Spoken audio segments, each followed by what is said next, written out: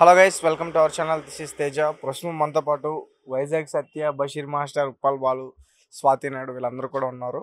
Sir, రీసెంట్గా వైజాగ్ సత్య గారికి ఒక చిన్న ఇష్యూ జరిగింది కదా, దాని గురించి మాట్లాడదాం. సత్య గారు నమస్తే. నమస్తే. ఏమైంది మీ ఇష్యూ? ఏమైంది? ఎంతవరకు వచ్చింది? అంతా క్లియర్ అయిపోయింది. ఇప్పుడు ఏం లేదు, ఎవరు బతుకాలు బతుకుతున్నాం. ఏంటి మీరు అందరూ మరి ఒకసారి అందరూ ఎందుకు కలిసారు? మళ్ళీ ఈయన వచ్చారు, ఆ ఇష్యూ అయింది కదా, అప్పుడు లేరు. ఈయన అనంతపూర్ వెళ్ళారు ఈవెంట్స్కి. సత్య ఏమైంది ఏంటని ఈయన వచ్చారు, మాట్లాడతారు ఆయన. హాయ్ అండి, అందరికీ నమస్తే. నేను బషీర్ మాస్టర్ని. యాక్చువల్గా బషీర్ మాస్టర్, ఉప్పల్ బాలు అని ఒక గ్రూప్ ఉందన్నమాట. ఈ గ్రూప్లో ఎట్లా అంటే పేదవాళ్ళకి ఏదన్నా అంటే మా టీం నుంచి గ్రూప్ నుంచి పేదవాళ్ళకి ఏదైనా ప్రాబ్లం వచ్చిన సపోర్ట్ కానీ లేకపోతే బ్లైండ్స్కి కానీ ఏదైనా ఉన్న సపోర్ట్కి ఈ గ్రూప్ పెట్టామన్నమాట. ఈ గ్రూప్ పెట్టడానికి కారణం ఏంటంటే ఇప్పుడు సోషల్ మీడియాలో కొంచెం పాపులర్ కాగానే ఎవడు పడితే వాడు బ్యాడ్ కామెంట్ పెట్టడం, ఎవడు పడితే వాడు గలీజ్కి వచ్చి నోటికి వచ్చి మాట్లాడటం. ఇప్పుడు ఫేమస్ కావాలంటే అంత అడ్డగోలుగా అయితే కాలేదు. ఫేమస్ అయిన తర్వాత ఫేమస్ మీ మీద ఎవడింట్లో ఏదో డబ్బులు దొబ్బినట్టు, లేకపోతే ఏదో ఆగం చేసి మా బతికేదో మీ బతికి ఏదో వీడియోలు చేసుకొని మంచిగా ఏదో చేసి పాపులర్ అయిన తర్వాత ఎవడు పడితే వాడికి నోటికి వచ్చినట్టు మాట్లాడటం. పెట్టేది లేదు, చూసేది లేదు, ఏం లేదు. ఇష్టమైతే వీడియోలు చూడాలి, లేకపోతే లేదు. అలాగా ఎవరెవరికైతే బాధలు వస్తున్నాయో, బ్యాడ్ కామెంట్లు వస్తున్నాయో వీళ్ళందరి కోసం కలిపి ఒక గ్రూప్ పెట్టినాం. ఆ గ్రూప్ పెట్టిన తర్వాత నేను యాక్చువల్గా ఊళ్ళో లేకుండే సత్యాకి ప్రాబ్లం వచ్చింది. ప్రాబ్లం మీన్స్ తెలుసుగా, ఇద్దరు గొడవ.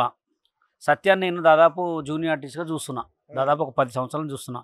ఆయన మనస్తత్వం ఏంది, క్యారెక్టర్ ఏందండి. ఎవరికి ఏ అవకాశం ఉన్నా వాళ్ళు కావాలంటే కంపల్సరీ పిలిచి అవకాశం ఇచ్చే మనస్తత్వం అనమాట.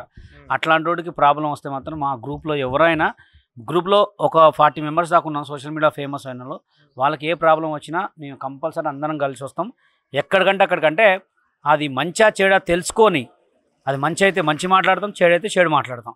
కానీ ఇదే అవకాశంగా తీసుకొని ఏలన చేసి మాట్లాడితే మాత్రం బాగుండదు. అది అందుకోసం సత్యాకి మొన్న ఇష్యూ అయినప్పుడు నేను లేను కాబట్టి సత్యాకి సపోర్ట్ చేయడానికి నేను వచ్చా. ఇంకా అలాగే మా గ్రూప్లో ఇంకొక అతను కూడా వచ్చింది, అది కూడా మాట్లాడుతున్నాను.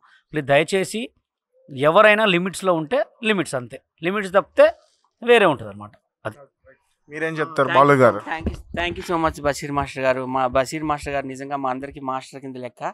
ఇలా నాకు ఈ ప్రాబ్లం వచ్చిందని అప్పుడు ఆ టైంలో లేరు, అనంతపూర్ వెళ్ళిపోయారు, ఈవెంట్స్కి వెళ్ళిపోయారు. సో నాకు ఓదార్చడానికి వచ్చారు, సపోర్ట్ ఇవ్వడానికి వచ్చారు. Thank you so much master. చెప్పండి బాలు గారు, మీరేం చెప్తారు? గ్రూప్ తరపు నుంచి అయితే ఎవరికి నా బాధ అయినా ఎవరికైనా న్యాయం జరగాలని పోరాటం చేస్తాం. ఎవరిని ఏ మనిషిని తక్కువ అంచనా వేయదు, ఏ మనిషిని ఎప్పుడు చూపించడం. ఒక మనిషిని కొట్టే రైట్స్ ఎవరికి లేవు, ఒక మనిషి అనే రైట్స్ లేవు. ఇప్పుడైతే వైజాగ్ సత్తకు కుర్చీ తాతకు అయిపోయింది. అంటే ఆయన ఎక్కడ తిరుగుతున్నాడో ఏం చేస్తున్నాడో మాకు తెలియదు, వైజాగ్ సత్త ఏం వర్క్ చేస్తున్నాడో ఆయన తెలియదు. ఇప్పటికైతే ఆ ఇష్యూ మొత్తం అయిపోయింది.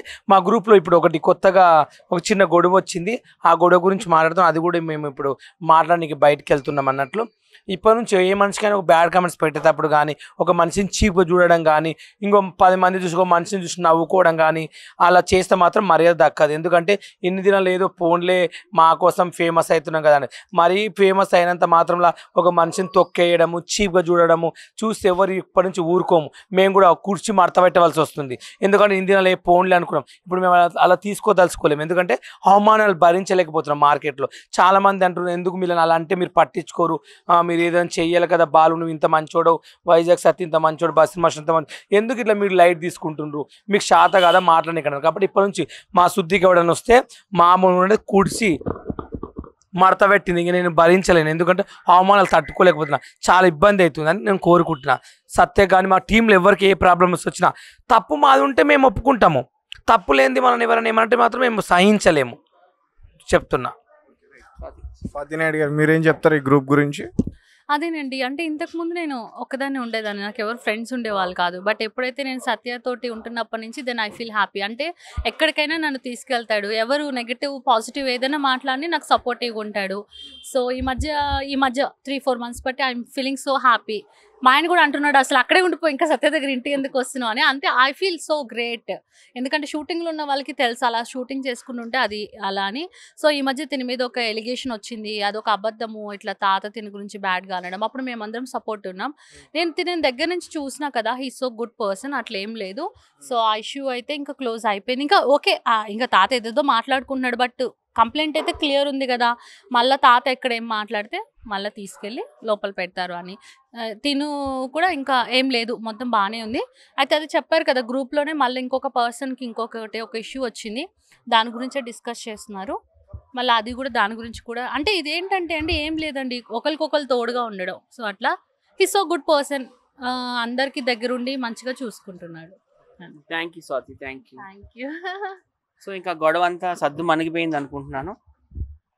ఇప్పుడైతే హ్యాపీగానే ఉన్నాం ప్రస్తుతానికి. అదే నన్ను పరామర్శించడానికి మా బషీర్ మాస్టర్ వచ్చారు, మా గ్రూప్లో one of the main member ఆయన.